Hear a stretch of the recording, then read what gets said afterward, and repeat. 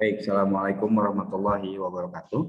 Ketemu lagi bersama saya di sini dan pada kesempatan kali ini kita akan sama-sama belajar tentang sejarah revolusi Rusia. Oke, ya. Mungkin berbicara tentang Rusia itu sudah tidak asing lagi bagi kalian, ya. Tentang Rusia, di mana Rusia apalagi hari ini Rusia menjadi sebuah negara yang diperbincangkan oleh dunia, terlebih ketika konflik yang terjadi antara Rusia dengan Ukraina yang saat ini ya. Nah, sebelum kita masuk ke sejarah Rusia sejarah revolusi Rusia, terjadinya revolusi Rusia, kita akan belajar tentang Rusia dulu secara umum, oke? Pembahasan kita. Jadi secara tidak langsung kita di sini akan belajar bagaimana perkembangan negara Rusia dari zaman dulu, zaman kekaisaran sampai dengan hari ini. Ini adalah bendera Rusia, merupakan simbolnya kota. Itu menunjukkan bahwa Rusia sama seperti abad pertengahan, di mana Rusia akan berubah menjadi sebuah negara yang bisa dibilang tak ya, dan menjadi negara Rusia sampai hari ini ya. Kalian tahu di mana Rusia? Kota Eropa, dan kita bisa sama-sama lihat bahwa Rusia adalah suatu negara yang terbesar di Eropa. Kebetulan Rusia letaknya di wilayah timur, seringkali orang menyebut Rusia dengan orang-orang Eropa Timur. Nih, kalian bisa lihat ya, ini adalah Rusia yang berwarna apa ini, orange tua, agak sedikit kemerah-merahan. Selanjutnya Rusia juga punya tetangga, bahwa Ukraina, Belarusia, ada Lituania, ya di sini juga ada Polandia dan lain sebagainya. Negara-negara tetangga Rusia yang ternyata mereka satu nenek moyang, ya. Jadi nanti nenek moyang Rusia ini menyebar. Mereka kemudian menempati daerah-daerah yang menjadi negara yang berbeda. Seperti Ukraina, nenek moyang yang sama dengan Rusia. Jadi mereka bersaudara lah, ya. Oke. Apa sih Rusia? Ya. Bagaimana sih bentuk negara Rusia? Kita masuk ke kondisi umum Rusia sebelum revolusi tahun 1917. Pertama tadi Rusia adalah daratan terluas di Eropa. Namun, nah ini, meskipun daratannya yang sangat luas, mayoritasnya itu tertutup oleh salju. Sehingga bisa dibilang dari sekitar daratan yang sangat luas tadi, hanya sebagian kecil wilayah yang produktif. Bahkan pelabuhannya pun ikut membeku ketika muncul musim dingin. Seperti itu. Jadi bisa dibilang Rusia adalah rumah yang besar tanpa pintu. Kenapa? Karena pelabuhannya beku. Nah, untuk menjalankan roda ekonomi, tentu Rusia membutuhkan pelabuhan-pelabuhan yang tidak beku. Kenapa? Karena zaman dulu perputaran ekonomi perdagangan itu dilakukan melalui pelabuhan. Sehingga nanti inilah yang menjadi salah satu tindakan yang diambil oleh Rusia sebagai politik luar negerinya, yaitu mencari pelabuhan yang tidak beku saat musim dingin. Seperti itu ya. Jadi Rusia nantinya banyak berperang dengan negara lain memperebutkan pelabuhan. Kemudian dari mana sih nama Rusia? Kenapa namanya Rusia? Ternyata berbicara tentang Rusia, berbicara tentang nenek moyang Rusia. Jadi Rusia ini berasal dari satu bangsa yang bernama bangsa Slavia. Bangsa Slavia itu menempati wilayah Eropa Timur. Seperti yang tadi saya katakan, bahwa bangsa Slavia dari Rusia mereka berpindah, ada yang menempati nantinya wilayah Ukraina, ada yang menempati wilayah menjadi Belarusia, bahkan ada yang menempati wilayah yang namanya Polandia. Seperti itu. Dari seluruh bangsa Slavia yang terkenal itu adalah bangsa Rus, ya. Ada satu suku yang namanya suku Rus. Ini bisa dibilang suku yang dominan. Seperti itu. Orang Eropa Timur yang terkenal itu adalah suku Rus. Karena mereka nenek moyangnya bangsa Slavia, maka mereka pun dislaviakan, dianggap satu identitas. Nah, dari nama inilah asal-usul munculnya nama Rusia. Jadi dari suku Rus berubah menjadi Raskia, dan kemudian hari ini menjadi Rusia. Nah, kan? Selain itu ada juga yang bilang kenapa namanya Rusia, karena memang letaknya berada di antara Eurasia, antara Eropa dan Asia. Seperti itu. Kita sudah tahu secara umum tentang Rusia ya, dari mulai wilayahnya tadi merupakan wilayah besar di Eropa, namun mayoritasnya tertutup salju, kemudian asal usul nama Rusia ya. Nah, kita mulai masuk tentang golongan masyarakat. Di Rusia sendiri terbagi dua golongan masyarakat. Yang satu adalah tuan tanah, ya. Yang satu adalah tuan tanah. Kenapa tuan tanah? Karena bisa dikatakan negara Rusia itu adalah negara yang terbelakang. Mayoritas pekerjaannya itu adalah sebagai petani. Tanah-tanah dikuasai oleh beberapa orang yang menjadi tuan tanah dan rakyat kebanyakan bekerja sebagai petani miskin. Golongan kedua ada rakyat jelata, ya. Jadi nggak ada istilahnya kaum bangsawan. Kenapa? Karena industri belum masuk pada saat itu di Rusia. Nah, dari rakyat ini yang miskin ini ada juga rakyat yang mengenyam pendidikan, ya. Ada juga rakyat yang mengenyam pendidikan, di mana ada rakyat yang belajar di dalam negeri, ada juga mereka yang belajar menerima informasi-informasi dari luar negeri. Sehingga kaum terpelajarnya pun nanti dibagi dua.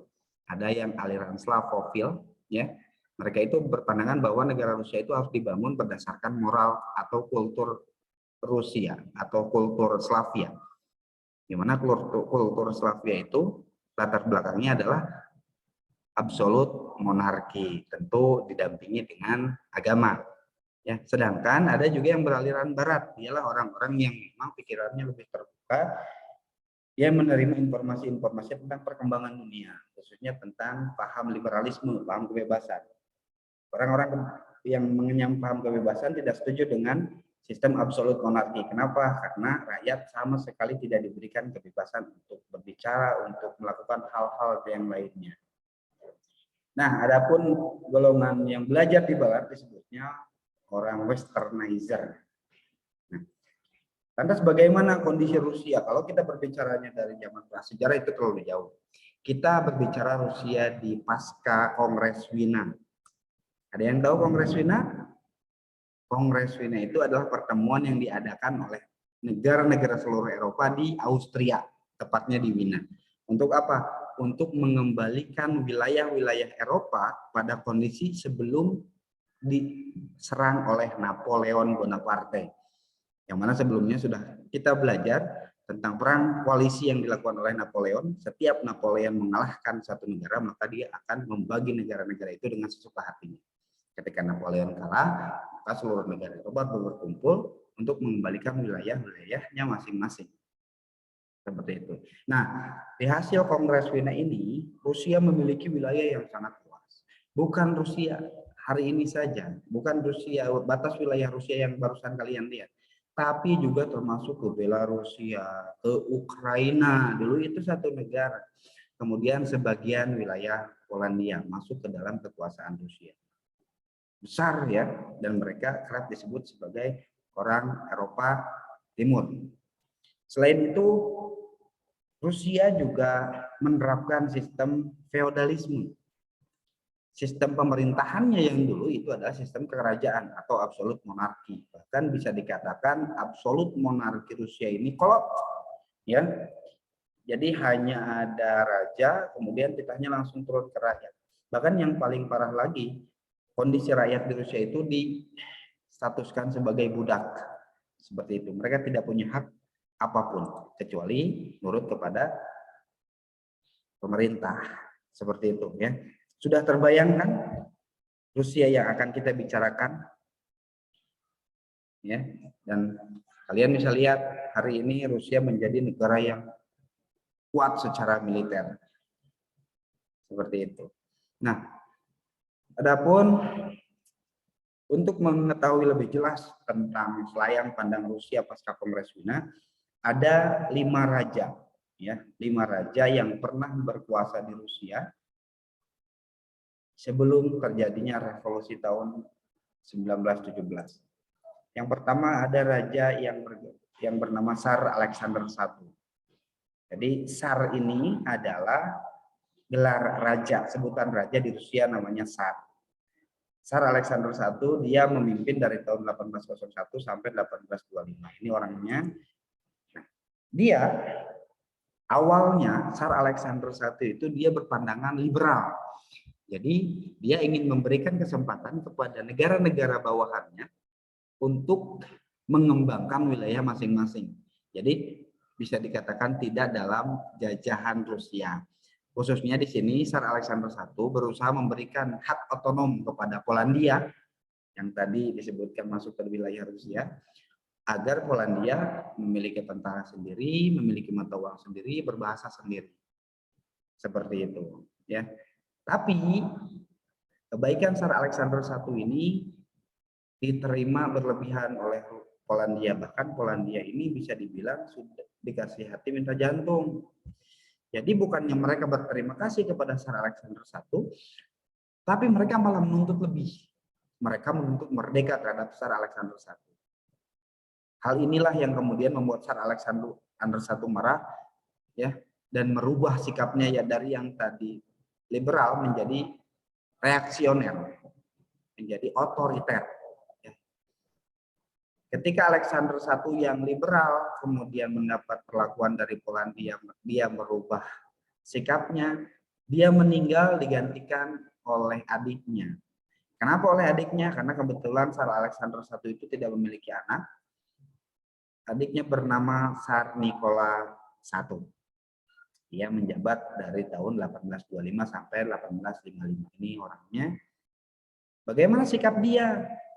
Tentu melihat kakaknya yang baik hati memberikan kesempatan kepada Polandia, tapi Polandianya malah meminta lebih.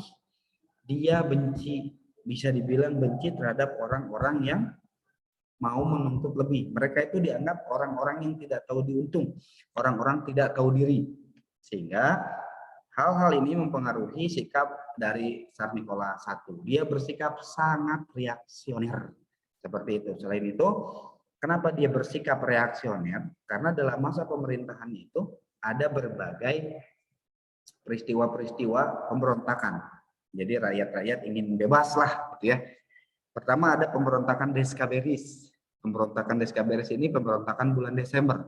Ini dilakukan oleh tentara-tentara Rusia yang sudah terpengaruh oleh gerakan revolusi Prancis. Jadi ketika ada perang koalisi itu, selain Napoleon menguasai wilayah jajahannya, tapi Napoleon juga memberikan paham-pahamnya tentang kebebasan. Sehingga beberapa tentara Rusia terpikiran untuk membentuk negara Rusia seperti negara yang lain.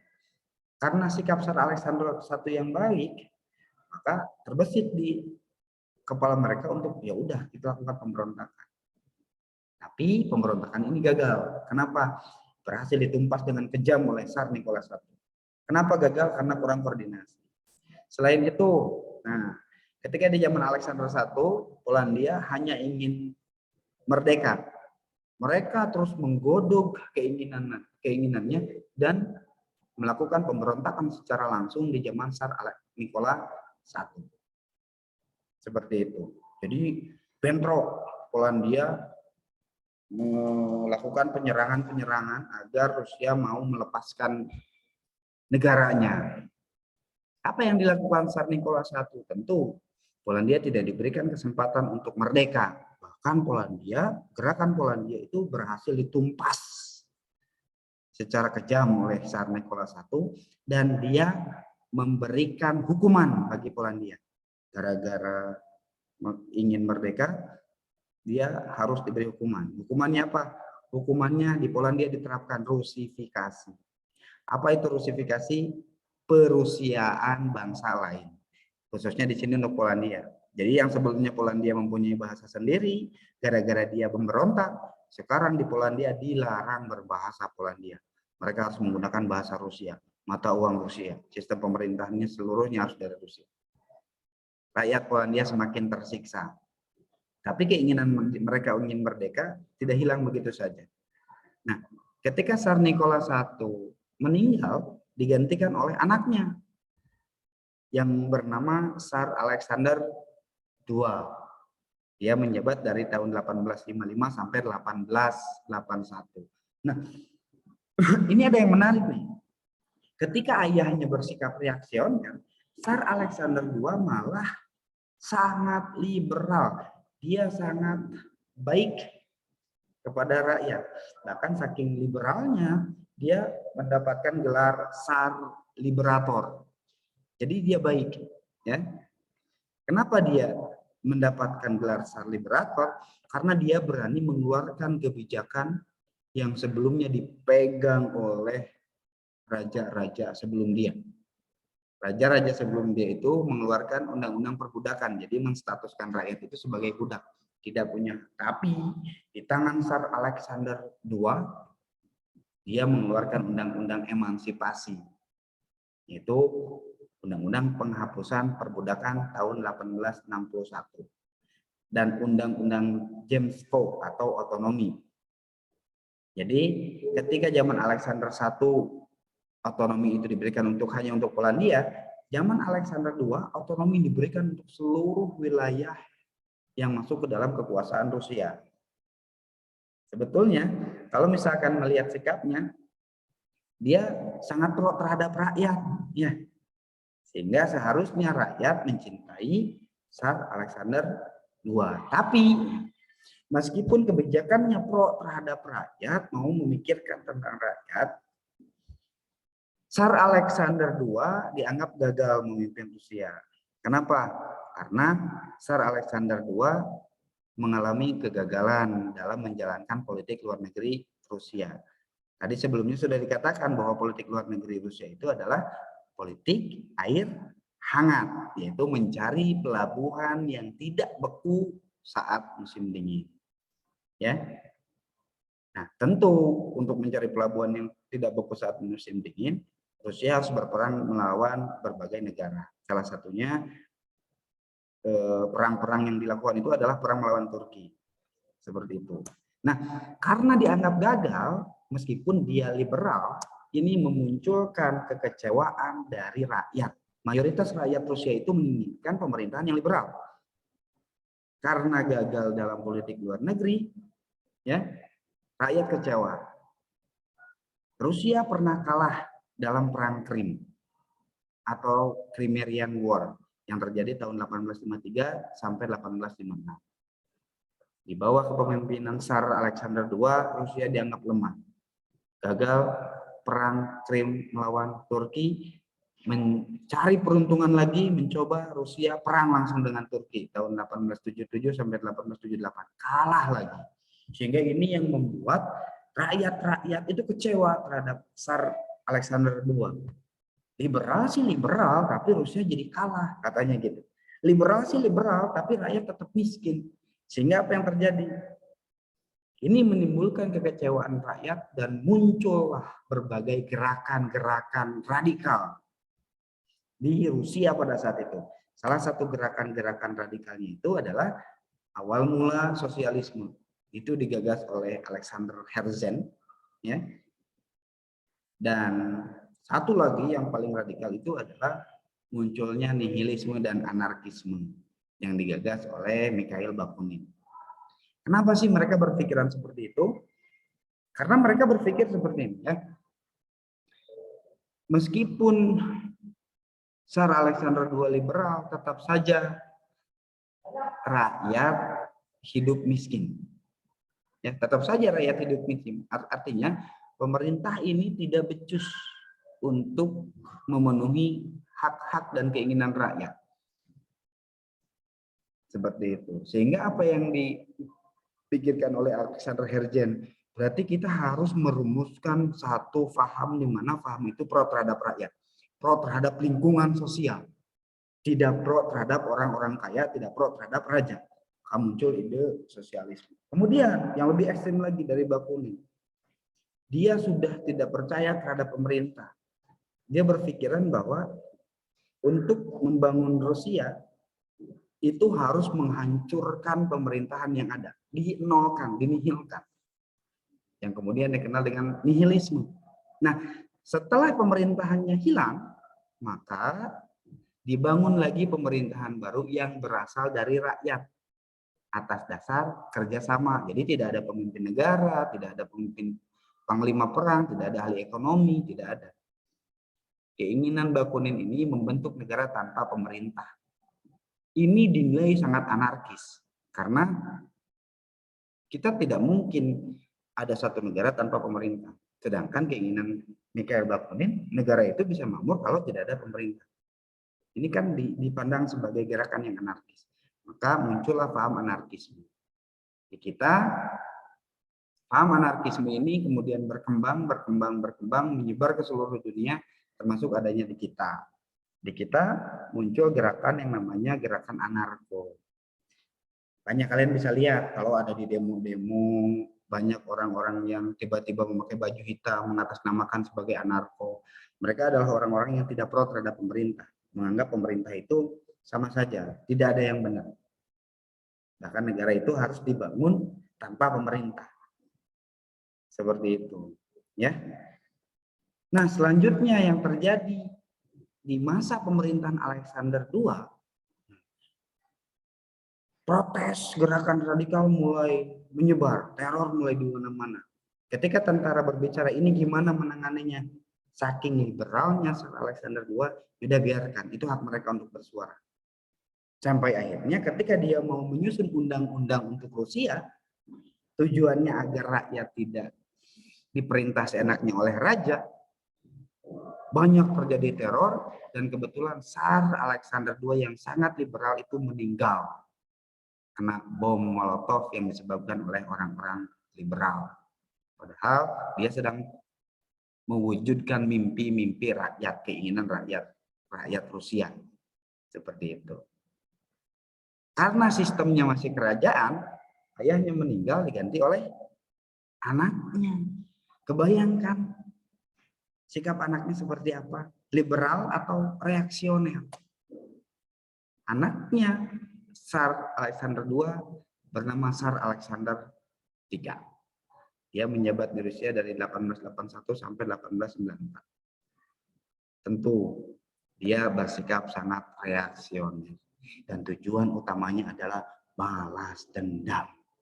Kepada siapa? Kepada rakyat yang menuntut kebebasan. Kepada rakyat yang memprotes tentang sistem pemerintahan Rusia, sistem kerajaan yang dibangun oleh Rusia.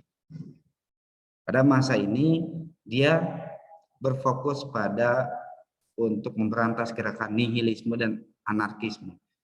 Jadi orang-orang seperti Mikhail Bakunin, Alexander Herzen, mereka menjadi orang-orang yang paling dicari dan dianggap sebagai musuh negara. Hilang gerakannya di masa Tsar Alexander III. Selain itu, yang tadinya di Rusia mayoritas petani, di zaman Tsar Alexander III mulai dibangun pabrik. Artinya, masyarakat Rusia yang tadinya hanya berprofesi sebagai petani, sekarang ada profesi baru, yaitu apa? Buruh. Tapi belum banyak. Seperti itu, ya. Alexander III meninggal digantikan oleh anaknya bernama Nikola II dari 1894 sampai 1917. Disinilah pada masa pemerintahan Tsar Nikola II, Rusia mengalami revolusi. Seperti itu. Ya, sampai sini kalian sudah terbayang ya kondisi Rusia, bahwa Rusia adalah sebuah daratan yang luas, ditutupi oleh salju. Kemudian di Rusia itu hidup miskin, mayoritasnya petani. Sistem pemerintahannya itu adalah sistem absolut monarki, sistem kerajaan, ya. Bahwa di Rusia itu ada dua golongan rakyat, seperti itu, ya. Ada tuan tanah dan ada rakyat jelata. Bahwa juga di Rusia rakyatnya ada yang tergolong dalam pendidikan, golongan yang orang terdidik. Terdidiknya juga ada dua, ada yang pro Rusia sekarang, pada saat itu ada yang juga menginginkan negara Rusia dibangun atas liberal. Nah, dua pandangan pendidikan ini mewarnai corak pemerintahan raja-raja Rusia. Dari mulai Tsar Alexander I, Nikola, Alexander II, Alexander III. Seperti itu. Ya. Oke. Bagaimana kondisi Rusia zaman Tsar Nikola II? Tentu Tsar Nikola II membangun Rusia, dia bersikap reaksioner. Dia nggak mau yang namanya liberal. Dia nggak mau memberikan kebebasan kepada rakyat. Kenapa? Dia belajar dari kakek moyangnya bahwa ketika dia lemah, ketika dia memberikan kebebasan kepada rakyat, rakyat malah memberontak. Rakyat tidak ingin mendengar suara raja. Maka ketika dia menjabat sebagai kaisar Rusia atau Tsar di Rusia, dia memutuskan sikapnya untuk reaksioner, melanjutkan sistem pemerintahan yang dulu, yaitu apa?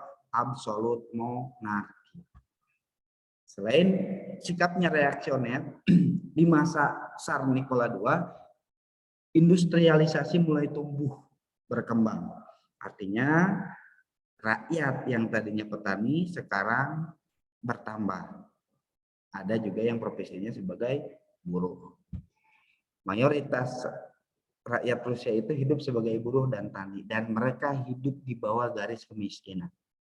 Petani di Rusia mereka disiksa oleh para tuan tanah. Mereka dipekerjakan setengah mati, dibayarnya dengan harga yang murah. Buruh yang ada di Rusia mereka dipekerjakan setengah mati, tapi tidak dihargai sebagai manusia. Bahkan banyak hak-hak mereka yang tidak diberikan. Artinya bisa kebayang lah, hidup di Rusia itu sangat sulit, kecuali kalau kalian menjadi tuan tanah. Seperti itu. Nah, karena rakyat nih semakin sulit, Tsar Nikola II belum mau melirik kondisi rakyat, belum mau mengeluarkan kebijakan yang pro rakyat, dan pada saat itu rakyat Rusia sudah mulai banyak yang berpikir, ya, sudah terkena efek dari Renaissance di Eropa, jadi mereka ikut mikir, muncullah orang-orang kaum pendidikan yang merumuskan satu paham baru. Jika raja tidak mau melihat nasib rakyat, maka rakyat harus bersatu. Kita harus membangun suatu sistem di mana sistemnya dibangun secara bersama-sama, secara sosial. Maka mulai muncullah di sini paham sosialisme di Rusia. Sampai sini paham ya? Jadi karena gara-gara pemerintah tidak pro terhadap rakyat, rakyat tetap saja miskin, muncul orang-orang yang berpendidikan yang mengusung paham sosialisme, yang dikatakan dia lebih pro terhadap rakyat. Sistem ini digagas oleh seorang yang bernama Georg Plekhanov.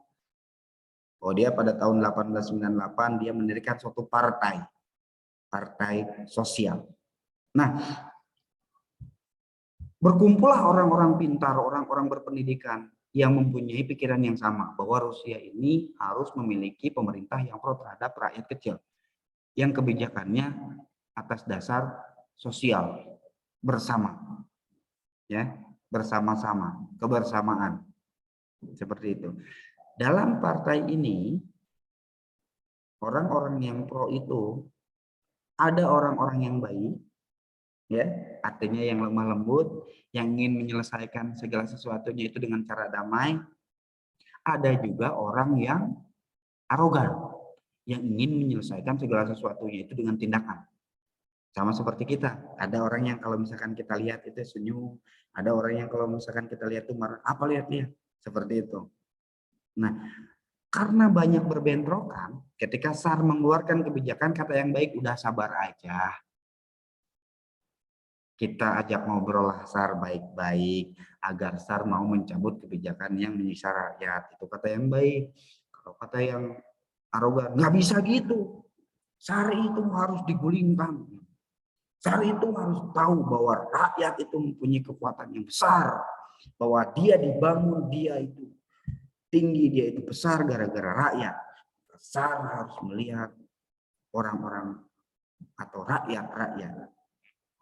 Karena banyak perbedaan dalam menangani sebuah kebijakan, maka mereka terbagi dua. Yang baik berkumpul dengan yang baik, yang arogan berkumpul dengan yang arogan. Yang baik ya dikenal sebagai sosial moderat. Dia dipimpin oleh Georg Plekhanov. Kemudian pikirannya dikenal sebagai paham sosialisme sekarang. Dan di Rusia dikenal sebagai golongan Menshevik. Ini sosialis baik ya. Ada juga sosialis yang arogan. Sosialis yang arogan dipimpin oleh Vladimir Ilyich Ulyanov. Kemudian dikenal dengan nama Lenin, nama samaran ya. Dari sosial radikal berkembang menjadi paham komunis. Jadi bedanya sosialis dan komunis itu awalnya dari yang sosialisme moderat mau diajak kerjasama, kalau komunisme radikal tidak boleh lembek seperti itu. Dan golongan sosialis radikal dikenal sebagai golongan Bolshevik. Sampai sini paham ya? Berarti sampai Tsar Nikola II itu ini mulai muncul peran-peran kaum terpelajar seperti itu untuk menyuarakan hak-hak suara rakyat dan untuk memberitahukan kepada Tsar Nikola II bahwa rakyat itu tidak bisa dipandang sebelah mata. Nah, karena muncul orang-orang sosial, muncul kelompok-kelompok, maka mereka berkumpul membangun sebuah partai. Jadi mengumpulkan orang yang berpandangan bersama, membangun suatu kelompok yang kemudian mendeklarasikan dia adalah partai. Yang pertama ada partai liberal, namanya partai kadet. Yang kedua sosial demokrat, partai sosialis, dan sosial revolusioner atau dikenal sebagai komunis. Kalau liberal ingat, ingin membangun Rusia itu sama seperti negara barat. Kalau sosial mah membangun Rusia itu atas bersama-sama. Kalau sosial revolusioner atau komunisme ingin membangun Rusia secara bersama-sama tapi dengan cara radikal. Jadi tidak bisa pemimpin itu kalau nggak mau nyerahin kedudukannya harus berebut. Tidak bisa jalur diplomasi. Nah inilah sosok Tsar Nikola II ya, yang memimpin Rusia dengan sikap reaksioner dan bahkan dia memimpin Rusia lebih seenaknya. Kemudian di sini juga ada Georg Plekhanov. Dia bisa dibilang sebagai bapak sosialisme yang penggagas awal munculnya partai sosial di Rusia. Dan ada juga Vladimir Ilyich Ulyanov. Seperti itu. Ya. Jadi sudah mulai masuk ke ranah politik nih. Kalau tadi kita belajar tentang selayang pandang kondisi Rusia secara umum, sekarang kita mulai masuk ke kondisi pemerintahan Rusia. Seperti itu. Yang jelas, ketika dipimpin oleh pemimpin yang mengatasnamakan kerajaan, hidup rakyat itu sengsara. Karena rakyat tidak diberikan kesempatan, tidak dianggap sebagai manusia. Rakyat hanya dianggap sebagai budak. Seperti itu. Sehingga rakyatnya tetap miskin. Kecuali zaman Tsar Alexander II. Rakyat mulai mau dianggap, mulai mau dirangkul. Tapi Tsar Alexander II-nya malah meninggal di tangan. Di zaman Tsar Nikola II, selain petani muncul juga buruh. Karena rakyatnya semakin sulit, para bangsawan, istilahnya para tuan tanah, para pemilik pabrik dan keluarga kerajaan, mereka hanya memikirkan keuntungan dirinya sendiri. Jadi tidak memikirkan bagaimana nasib rakyat yang kelaparan. Seperti itu. Paham ya? Nah, apa saja sih yang terjadi, peristiwa yang terjadi saat pemerintahan Nikola II? Yang pertama, ketika zaman Tsar Alexander II menjalankan politik luar negeri, politik air hangat, mencari pelabuhan yang tidak beku saat musim dingin. Kenapa? Karena Rusia butuh pelabuhan untuk menjalankan ekonominya. Politik itu terus diterapkan, termasuk oleh Tsar Nikola II.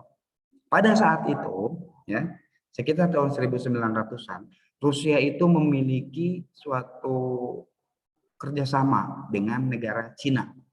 Bahwa di Cina itu adalah sebuah pelabuhan yang bernama Pelabuhan Liaodong atau Liangdong. Ya. Di pelabuhan itu tempat dagang itu dikuasai oleh pedagang dari Rusia, dari Prancis, dan dari Inggris. Ketika itu Jepang melakukan ekspansinya ke negara Cina dan Cina kalah. Dan keinginan Jepang adalah menguasai semenanjung Liaodong. Tentu Jepang nggak mau ada saingan, nggak mau ada Rusia, nggak mau ada Prancis, nggak mau ada Inggris. Prancis, Inggris minggat. Tapi Rusia melihat Jepang, wah Jepang negara kecil. Gampang. Jadilah perang Rusia-Jepang. Perangnya di mana? Di Korea. Karena pada saat itu Korea juga berada di bawah kekuasaan Jepang. Nah, kebetulan perang Rusia melawan Jepang ini kalah. Mulailah rakyat semakin kecewa. Udah mah rakyat hidup miskin. Udah mah pemerintah dibangun secara reaksioner, secara kejam. Ya, udah mah Tsar Nikola II gagal dalam membangun Rusia menjadi sebuah negara yang besar. Ini mulai menimbulkan kekecewaan dari rakyat kepada Tsar Nikola II.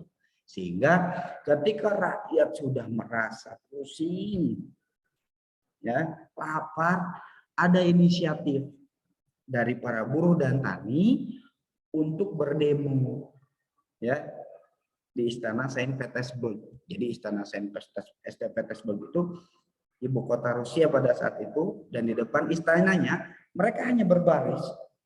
Sekitar ada 1.000 orang berbaris demo, ingin menyampaikan suaranya bahwa mereka itu butuh makan.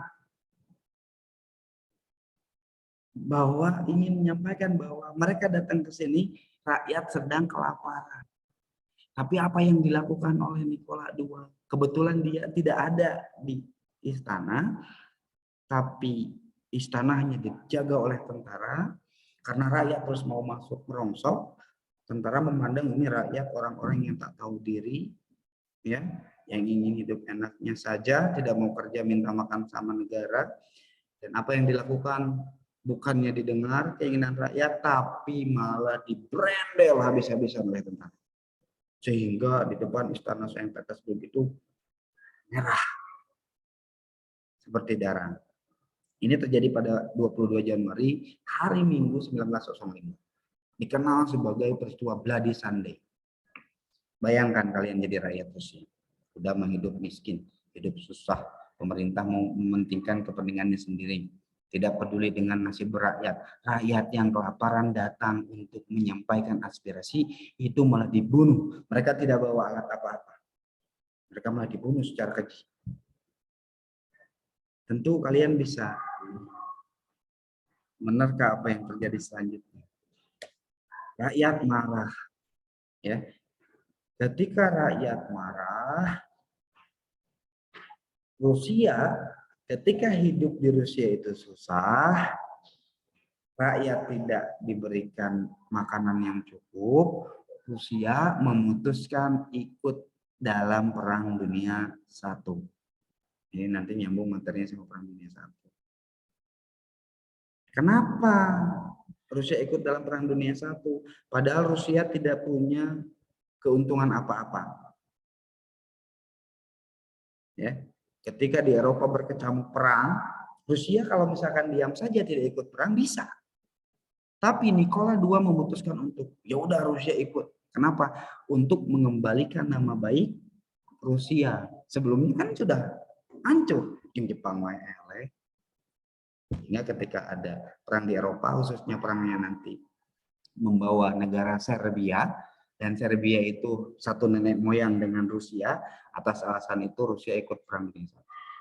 Bisa kalian bayangkan, sudah menghidup susah, rakyat tidak diberi kesempatan untuk menentukan hidupnya yang lebih baik.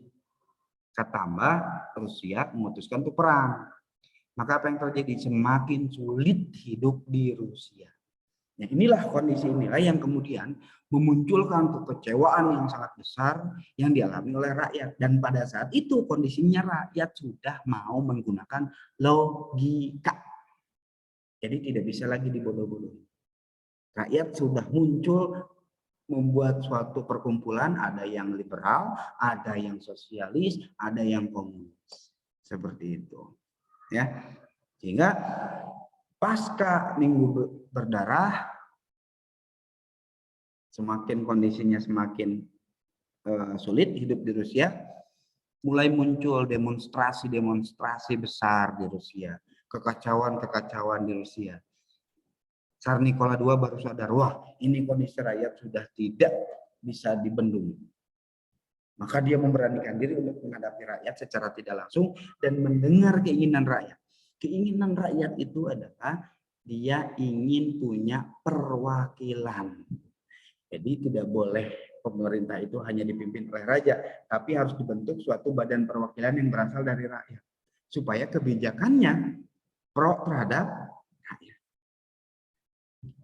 Mendengar itu tentu Tsar Nikola II ya udahlah gampang. Kita bentuk aja MPR, Majelis Permusyawaratan Rakyat. Di Rusia istilah MPR itu bernama Duma. Dan Duma ini atau Dewan Permusyawaratan Rakyat atau majelis juga sama, itu sebagai solusi dari kekacauan yang terjadi di Rusia. Jadi seolah-olah ketika ada banyak demo gara-gara minggu berdarah, gara-gara makanan yang sulit, seolah-olah Tsar Nikola II sudah mau baik terhadap rakyat dengan membentuk DPR atau Duma. Duma ini dipilih oleh rakyat secara langsung dan sistem pemilihannya 4 tahun sekali. Seperti itu.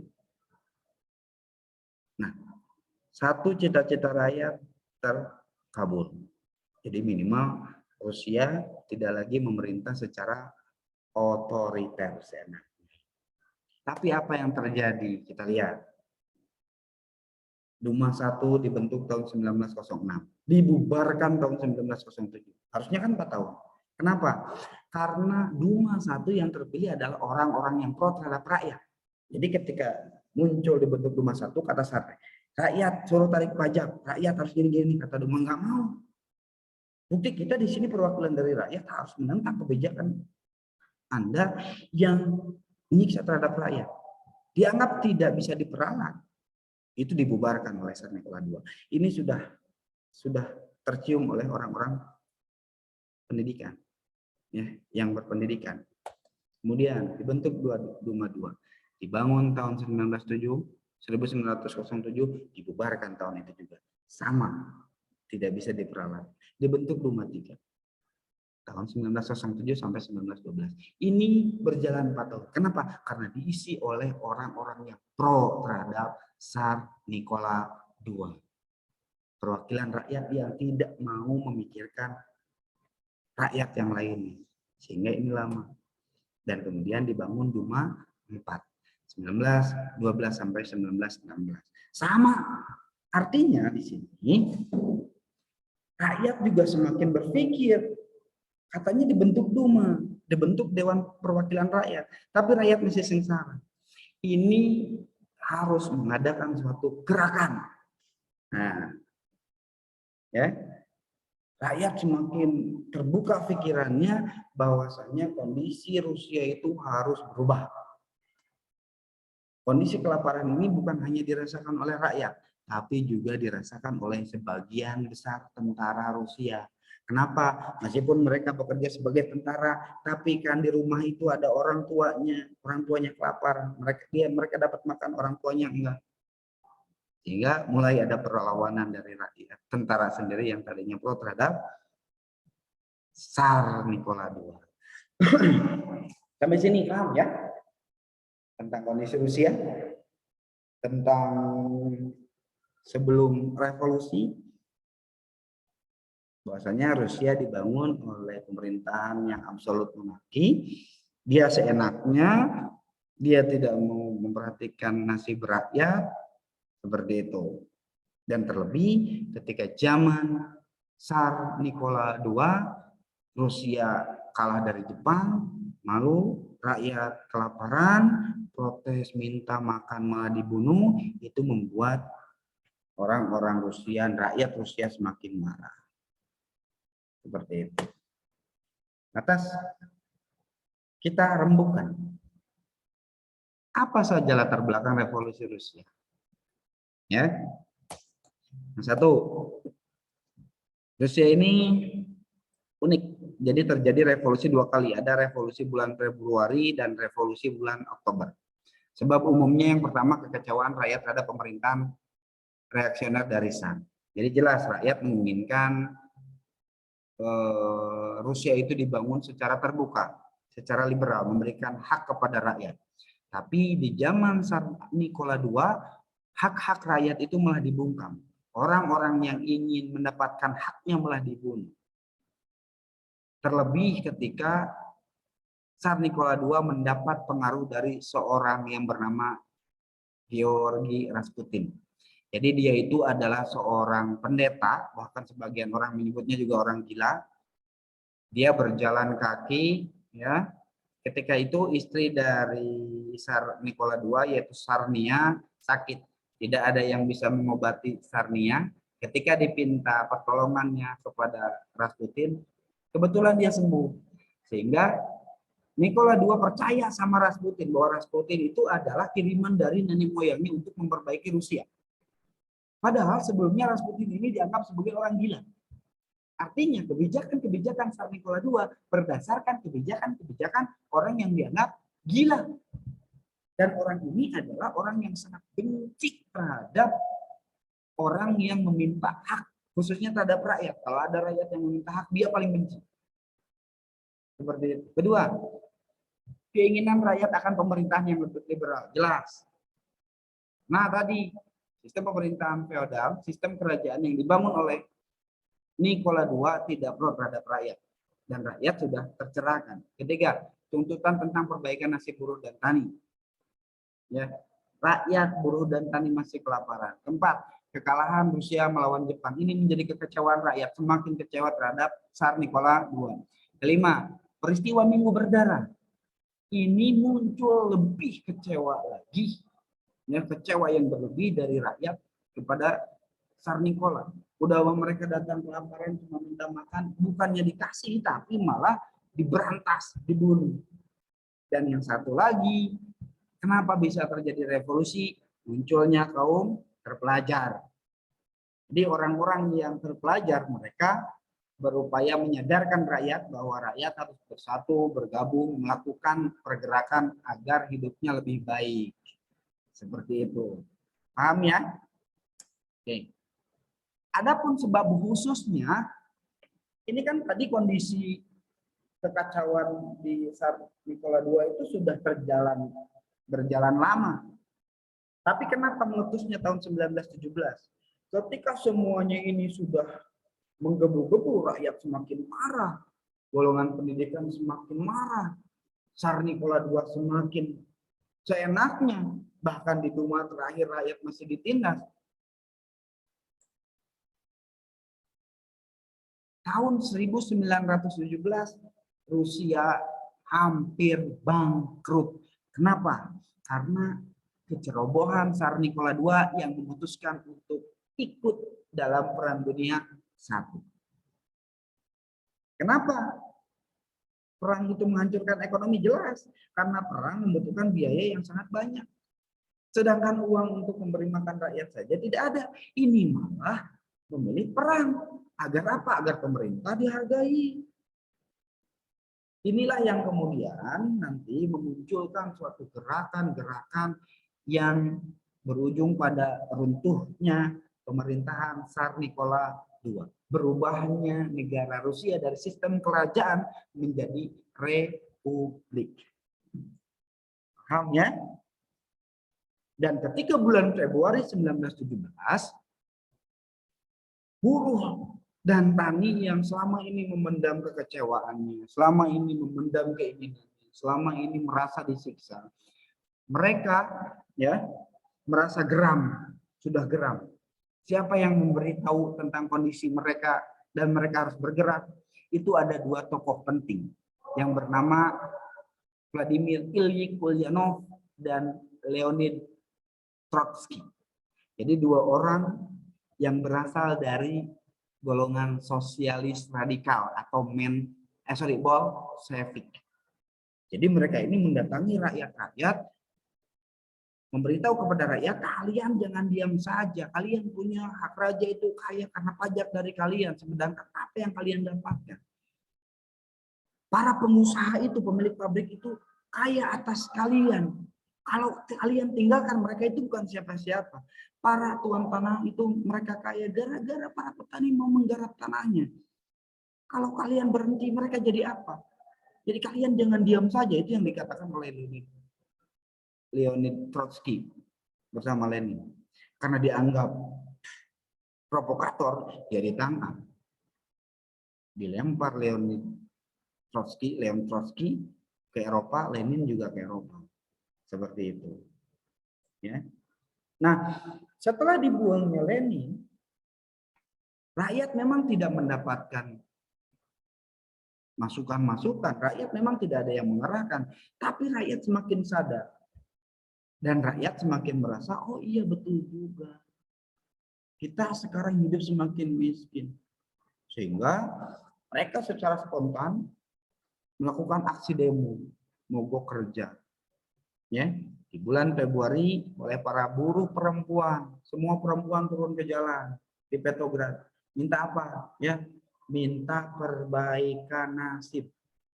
Di Saint Petersburg, karena banyak perempuan yang turun, buruh laki-laki merasa, wah awal turun, perempuan saja turun, kenapa laki-laki tidak?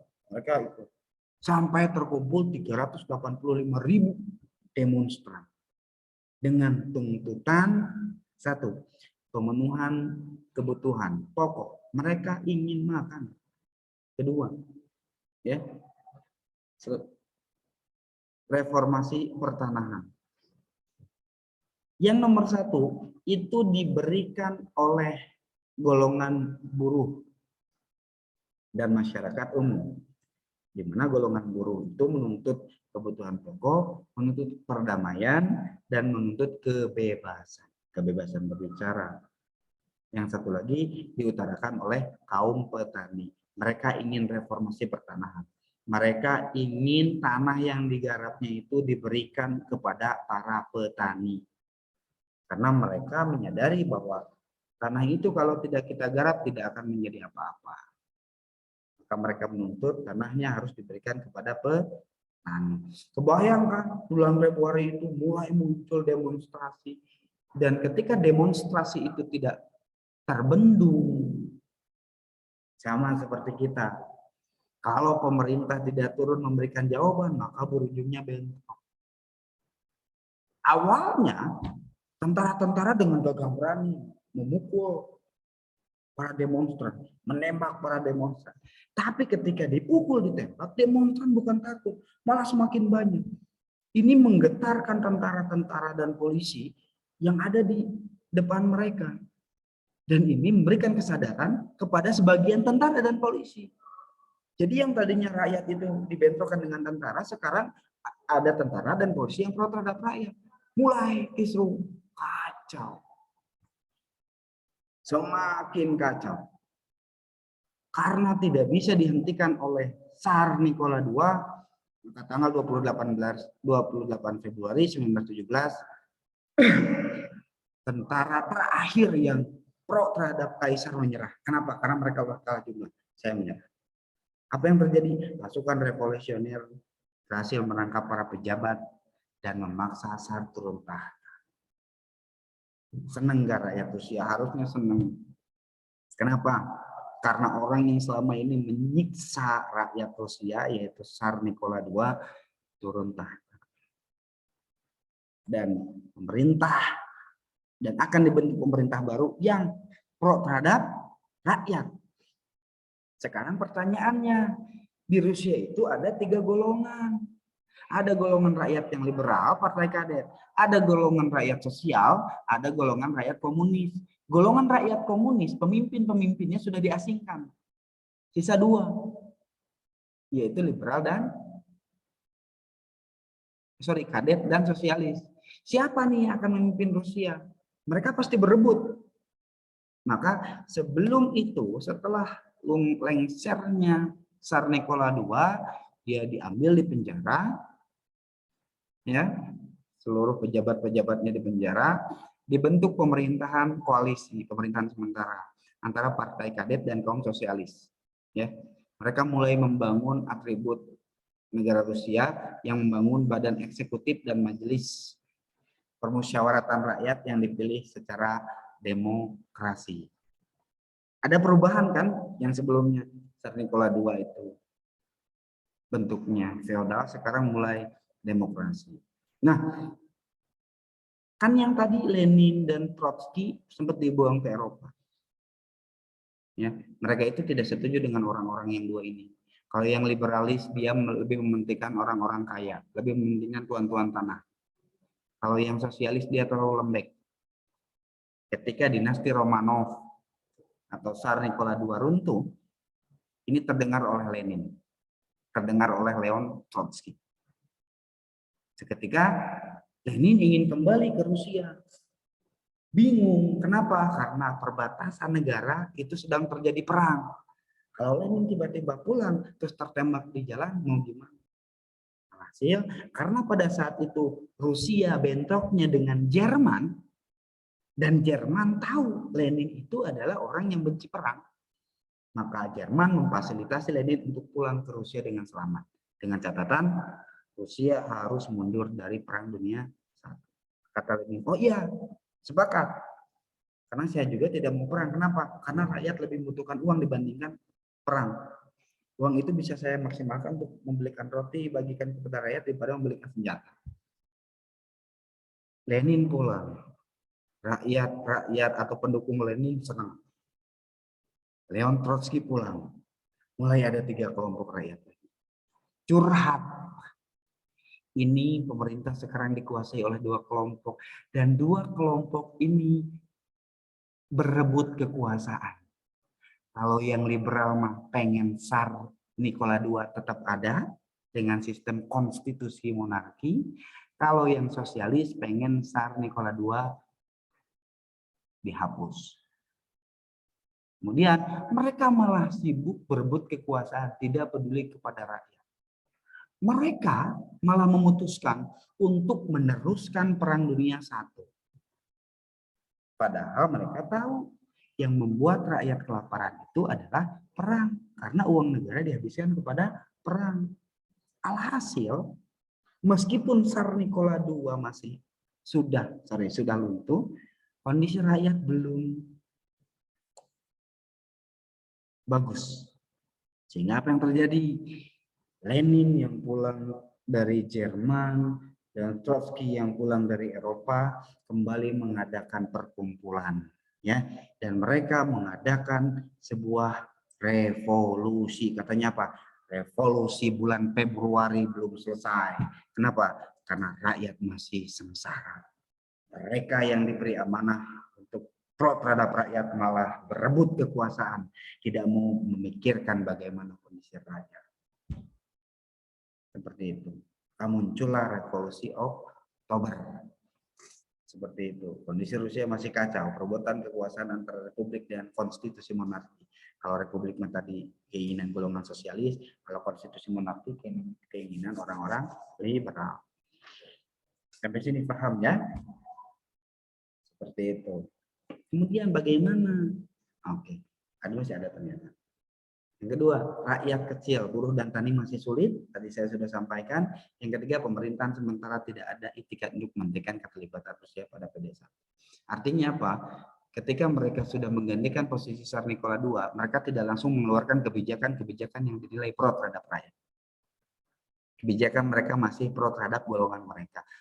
Lagi-lagi rakyat sengsara, rakyat pulang demo pulangnya lapar, mereka masih lapar, mereka masih miskin, ya. Sedangkan yang diinginkan mereka itu bukan seperti ini, ya. Atas bagaimana jalannya peristiwa bulan Oktober, tentu ada beberapa hal atau ada beberapa peristiwa. Ya. Ketika Lenin pulang, dia langsung memimpin partai Bolshevik. Dia langsung, ya, mengumpulkan massa, dia langsung memberikan penjelasan kepada massa bahwasanya hak-hak kalian itu belum terpenuhi. Kalian sebagai rakyat harus berani. Wahai para petani, kata Lenin, jika kalian benci terhadap tuan tanah, jika tuan tanah tidak pro terhadap kalian, maka ambil cangkul kalian.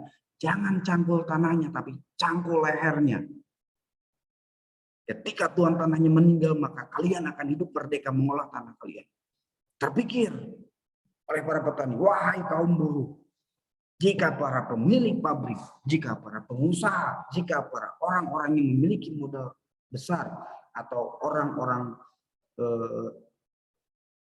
kaum kapitalis tidak mau melirik kondisi kehidupan kamu, maka ambil alat-alat yang kamu pakai untuk bekerja, datangi rumahnya, bakar. Sehingga rakyat-rakyat yang tetap merasa miskin terpikir, oh betul. Kenapa kalian harus begitu? Karena kalau kalian tidak begitu, kalian akan selamanya ditindas. Ingat, tuan tanah kaya gara-gara kalian menggarap tanahnya. Yang punya pabrik kaya gara-gara kalian menjalankan pabriknya. Ketika kalian tidak menjalankan itu semua, maka mereka bukan siapa-siapa. Kalianlah yang harusnya memegang kendali, kata Lenin. Sehingga pendukungnya semakin banyak. Semakin banyak. Kenapa? Lenin dianggap sebagai tokoh yang pas. Yang benar-benar mau memperjuangkan hak rakyat kecil Rusia. Ingat, mayoritasnya miskin loh. Sehingga apa yang terjadi? Ketika Lenin mulai punya banyak dukungan, setelah menjadi Partai Bolshevik, dia menulis tuntutan bahwasanya hal-hal yang harus dilakukan oleh pemerintahan yang baru atau tuntutan-tuntutan yang dari rakyat itu diberi judul dengan semboyan roti dan perdamaian. Kenapa roti dan perdamaian? Lenin juga mengatakan kepada rakyat Rusia bahwa satu-satunya jalan agar bisa memenuhi kebutuhan hidup kalian adalah menghentikan perang melawan Jerman. Kenapa? Supaya uangnya bisa digunakan untuk membeli makanan. Rakyat pun setuju. Nah, apa yang terjadi? Ya? Isinya apa? Tuntutan Lenin itu. Satu, Lenin mau pemerintah sementara menarik pasukannya dalam Perang Dunia I. Kedua, tanah para bangsawan diserahkan kepada petani. Ketiga, bank-bank dinasionalisasi. Keempat, produksi industri dan pembagian penghasilnya diawasi oleh kaum buruh, polisi, dan tentara. Kelima, birokrasi dihapus. Tuntutan-tuntutan ini disampaikan kepada pemerintahan sementara, ya, dan posisinya mereka secara tidak langsung menolak. Kenapa? Karena satu, ketika Rusia ditarik Perang Dunia I, maka ada golongan bangsawan atau orang-orang kaya yang menjual senjata akan rugi. Dia duduk di golongan liberal atau partai kadet. Kemudian tanah-tanah para bangsawan diserahkan kepada petani. Itu juga mengganggu kehidupan mereka. Ya. Kemudian bank-bank dinasionalisasi. Produksi pembagian penghasilannya diawasi. Birokrasi dihapus. Birokrasi mereka nggak mau hapus. Kenapa? Karena mereka juga ternyata pengen dihargai. Ya, yang pemerintahan sementara itu. Maka apa yang terjadi? Pada awal Juli, ya. Pada awal Juli 1917 mulai terjadi gerakan. Demo lagi. Sekarang demonya lebih ekstrim. Petani datang dengan kemarahan. Buruh datang dengan kemarahan. Kenapa? Benci terhadap orang-orang yang tidak mau melihat nasibnya. Sudah lama mereka hidup miskin. Sudah lama mereka hidup susah. Sudah lama mereka menjadi orang yang mengenakan pemerintah. Tapi pemerintah sama sekali tidak mau memperdulikan mereka. Ya. Apa yang terjadi? Dilakukan percobaan pertama. Awal Juli 1917. Berkumpulan 500.000 buruh tani beserta tentara. Ya. Dia berdemonstrasi di Petrograd, di alun-alun Rusia, kalau di ibu kota Rusia pada saat itu, dengan 3 tuntutan. Apa aja? Kekuasaan sepenuhnya diberikan ke kaum Soviet atau serikat buruh. Serikat buruh dan tani, perkumpulan buruh dan tani atau rakyat. Kedua, di akhirnya perang dengan Jerman. Ketiga, 10 anggota kabinet yang merasa mereka cap kapitalis harus mundur dari kabinet. Demo besar-besaran. Posisinya tentara juga sudah mulai terbagi dua. Ada yang tentara yang pro terhadap pemerintahan sementara, ada juga tentara yang masih pro terhadap rakyat. Mereka demo kalah di demo, di kekacauan demo pertama ini, dicari siapa dalangnya yang mengadakan demo 1917 bulan Juli. Tentu kembali dua orang yang tadi terancam. Lenin terancam, Leon Trotsky juga terancam. Ya, Lenin berhasil melarikan diri ke Finlandia, tapi tidak dengan Trotsky. Trotsky dipenjara. Kemudian pada bulan September dibebaskan. Mendengar Trotsky bebas, ya, kan itu bulan Juli itu. Bulan Juli demo kacau di penjara, lempar. Trotsky dipilih kembali menjadi ketua Soviet tanggal 6 Oktober. Dia tentu dengan semangat masih yang menggebu-gebu secara radikal ingin pemerintah pro terhadap rakyat. Karena apa? Karena sampai bulan Oktober itu Rusia masih terlibat dalam Perang Dunia I, rakyat masih kelaparan. Pasca demonstrasi bulan Juli, mulai rakyat banyak yang mengobrol, semakin banyak juga rakyat yang pikirannya terbuka. Bahwa satu-satunya jalan agar Rusia bisa maju yaitu mundur dari Perang Dunia I. Dan pemerintahan sementara tidak mau itu. Ketika Leon Trotsky dia menjadi pemimpin Soviet, segera direncanakan demonstrasi, tentara dukungannya semakin banyak, rakyat dukungannya semakin banyak. Tidak lama kemudian Lenin kembali memimpin, ya,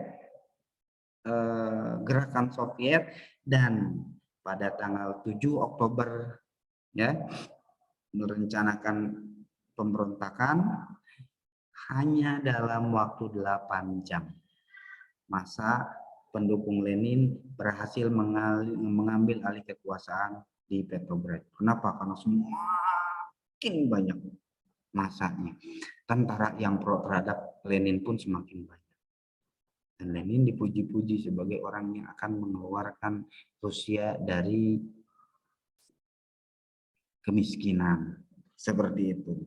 Ya, karena Lenin itu menganut paham sosialis radikal, di mana dia ingin membangun Rusia itu secara bersama-sama, kebijakannya juga dirasakan oleh bersama, terutama rakyat kecil.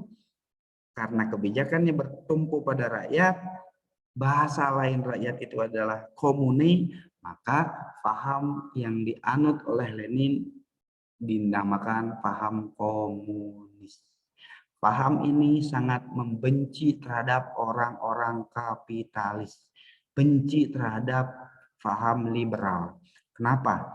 Karena paham liberal memunculkan para pebisnis, para pemodal yang dikenal sebagai kaum kapitalis, dan kaum kapitalis ini mereka rata-rata tidak mau rugi dengan membayar murah buruh dan tani. Sedangkan buruh dan tani sadar membentuk suatu paham yang dinamakan komunis. Seperti itu. Dia mengambil alih Rusia dan kemudian membangun negara yang baru bernama negara Uni Soviet yang beraliran komunis. Kita lihat bisa di sini, ya, kita bisa lihat di sini. Ini bendera Uni Soviet dengan lambang palu arit. Palu itu menunjukkan kaum buruh, petani. Ya. Ini jelas. Revolusi Rusia ini diakhiri dengan revolusi pada bulan Oktober, di mana Lenin mampu membawa Rusia ke dalam negara yang baru, bukan hanya berubah dari absolut monarki menjadi republik, tapi dari absolut monarki menjadi republik yang menganut paham baru, paham komunis. Sehingga karena paham komunis dinilai pro terhadap rakyat kecil, dia adalah kaum petani dan buruh, maka negara-negara di sekitarnya menginginkan hal yang sama. Rakyat-rakyat miskinnya menginginkan hal yang sama, menginginkan negaranya berhaluan komunis. Kekuasaan Rusia bukan hanya Rusia pada saat ini, Belarusia di bawah kekuasaannya, Ukraina di bawah kekuasaannya, kemudian Polandia di bawah kekuasaannya. Sedangkan negara-negara Eropa Barat berpaham liberal, ini berpaham komunis, bentrok kan? Kenapa? Karena tadi komunisme ini muncul gara-gara paham liberal yang tidak memperhatikan hak-hak milik rakyat. Maka mereka berkumpul membangun suatu ide, suatu sistem untuk kebijakannya terhadap rakyat. Ya, jadi dampaknya sangat luar biasa ini tentang revolusi komunis. Oke, itu hal yang bisa yang penting tentunya yang bisa kita ambil. Biasanya pertama berawal dari perut yang lapar, berawal dari pemerintah yang tidak mau tahu tentang nasib rakyat, orang yang berpikir. Dan sebuah revolusi itu berawal ya. Jadi pelajari hari ini, mudah-mudahan apa yang telah kita pelajari kita bisa sama-sama mengambil hikmah. Oke, assalamualaikum warahmatullahi wabarakatuh. Oke.